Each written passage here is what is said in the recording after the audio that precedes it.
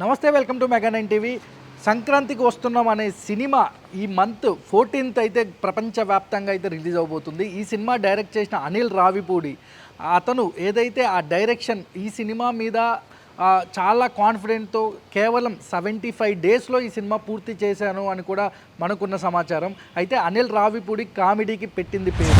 అతని హ్యూమర్ కానీ, అతని డైరెక్షన్ కానీ, అతని స్క్రీన్ ప్లే కానీ ఎంత బాగుంటుందో మనకు చెప్పాల్సిన అవసరం లేదు.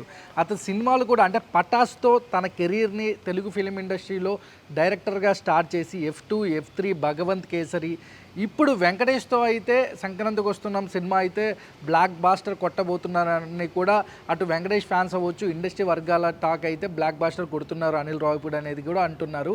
కానీ ఇప్పటికే గోదావరి గట్టు మీద రామశిలకవే అనే సాంగ్ కూడా దాదాపుగా 8 కోట్ల వ్యూస్ అయితే సంపాదించుకుంది. యూట్యూబ్ మ్యూజిక్లో అయితే ఇప్పుడు ట్రెండింగ్లో ఉంది ఈ సాంగ్. అయితే మనకు తాజాగా వచ్చిన సమాచారం ఏంటంటే అనిల్ రావిపూడి చిరంజీవితో అయితే ఈ సినిమా చేయాలనుకున్నారు. కాకపోతే అప్పుడు మెగాస్టార్ చిరంజీవి గారి డేట్స్ దొరకలేదు కాబట్టి అతను మళ్ళీ వెంకటేష్కి వెళ్ళాడనేది కూడా అనిల్ రావిపూడి ఒక మీడియాతో అయితే చెప్పినట్లు మనకున్న సమాచారం. అయితే చూడాలి, అంటే ఈ love story and comedy love story, ఇది ఒక ట్రయాంగిల్ లవ్ స్టోరీ. ఈ సినిమాలో వెంకటేష్తో పాటు వెంకటేష్ సరసన తన వైఫ్ క్యారెక్టర్ అయితే ఐశ్వర్య రాజేష్ చేశారు.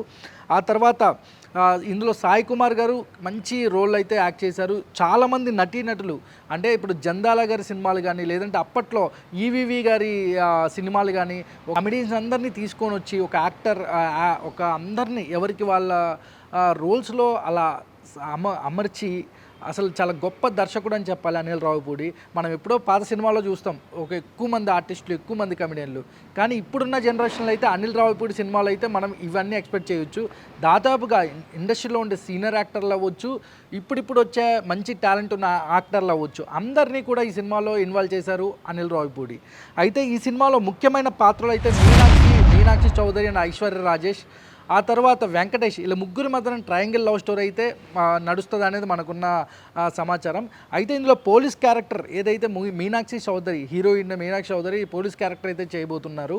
అంటే తన యాక్టింగ్ గురించి మనం చెప్పాల్సిన అవసరం లేదు. తన సినిమాలు చూసుకున్నట్లయితే ఒకదాంతో ఒకటి, అంటే ఏ సినిమాకు మ్యాచ్ లేనట్టుగా తన యాక్టింగ్ మాత్రం ఇరగదీస్తుంది అని చెప్పాల్సిందే ఈ సినిమాలో అయితే. ఇంకా వెంకటేష్ అయితే ఆయన ఇన్ని సినిమాలు ఒక ఎత్తు, ఈ సినిమా ఒక ఎత్తు. ఇందులో చేసే కామెడీ అవ్వచ్చు, ఇందులో చేసే తనకి టైమింగ్ ఉన్న ఆర్టిస్ట్ అని చెప్తారు వెంకటేష్ని. అయితే ఈ సినిమాలో ఎక్కడ కూడా వెంకటేష్ యాక్ట్ చేయలేదు, జీవించేశారని కూడా డైరెక్టర్ అనిల్ రావిపూడి చెప్పడం జరిగింది. ఈ సినిమా ఎలా ఉండబోతుంది ఏంటి అంటే, వెంకటేష్ గారి సినిమా అంటేనే ఫ్యామిలీ ఎంటర్టైన్మెంట్. మనం రాజా, ఎన్ని ఆయన సినిమాలు, రాజా కానీ ఆల్మోస్ట్ దాదాపుగా వందల సినిమాలు మనం టీవీలో కానీ థియేటర్లో కానీ అందరం కుటుంబం మొత్తం చూసే విధంగా ఆయన సినిమాలు ఉంటాయి. కానీ ఈ సినిమా ఇది వచ్చేసి ప్రొడ్యూసర్ దిల్ రాజు, ఆయన already game changer cinema and ఈ సినిమాతో కూడా 2 సినిమాలతో రాబోతున్నారు. ఇంకోటి డాకు మహారాజ్ కూడా ఆయనే రిలీజ్ చేస్తున్నారు. అంటే ఈ సంక్రాంతికి అయితే దిల్ రాజు సంభవం అని చెప్పాలి. 3 సినిమాలు ఆయనే రిలీజ్ చేస్తున్నారు. ఇందులో కాస్టింగ్ అవ్వచ్చు, ఇంకా ముఖ్యంగా ప్రమోషన్స్ అయితే అసలు ఏ సినిమాకు చేయని విధంగా ఈ సినిమా డైరెక్టర్ అనిల్ రావిపూడి అయితే వన్ మ్యాన్ షో అని చెప్పాలి. మనం చూస్తున్నాం ఈ మధ్య జయం మందేరా, పాత సినిమాలు రాజా, వెంకటేష్ సినిమాలు మొత్తం కలిపి ఒక ప్రమోషనల్ వీడియోస్ కూడా ఈ మధ్యలో మనం చూసాము. అంటే ఎంత అద్భుతంగా ప్రమోషనల్ కాన్సెప్ట్స్ పెట్టారంటే అనిల్ రావిపూడి, నిజంగా హ్యాట్స్ ఆఫ్ అని చెప్పాలి. వెంకటేష్ కూడా ఎక్కడ ఆయన సినిమా అంటే ఏ హీరో కూడా ఇలాంటి ప్రమోషన్ చేసుండరు, బట్ వెంకటేష్ అంత బాగా సహకరించారు డైరెక్టర్కి అని చెప్పాలి.